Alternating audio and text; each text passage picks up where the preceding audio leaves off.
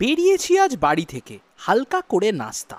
সকাল সকাল যাওয়ার পথে ছোট্ট সে এক রাস্তা, দিব্যি ছিল কাল অবধি, ছিল না কোনো গর্ত। আজকে দেখি উদম খোঁড়া, মনে হচ্ছে না মর্ত।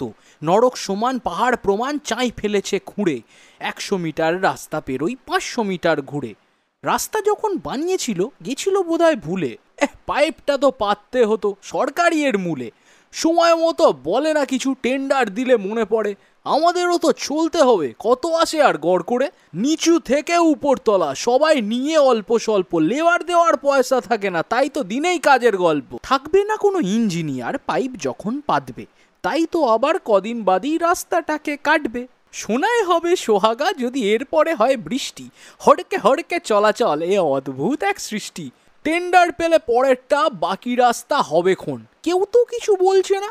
তুমি কোন বাপু হনুজন, সমাধান যদি হয়েই যায় সমস্যাগুলোর হবে কি? না থাকলে সমস্যা সরকার বাবু কবে কি?